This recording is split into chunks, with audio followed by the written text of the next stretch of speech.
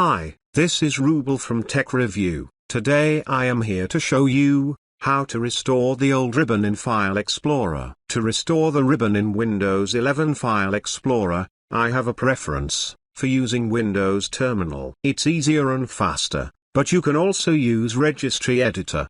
Right-click on the Start menu, click on Windows Terminal, Administrator.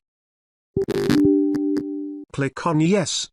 After opening the Windows Terminal, copy and paste this command into the Windows Terminal. This code is available under the description. Press the Enter key. You will be able to read, the operation was successful.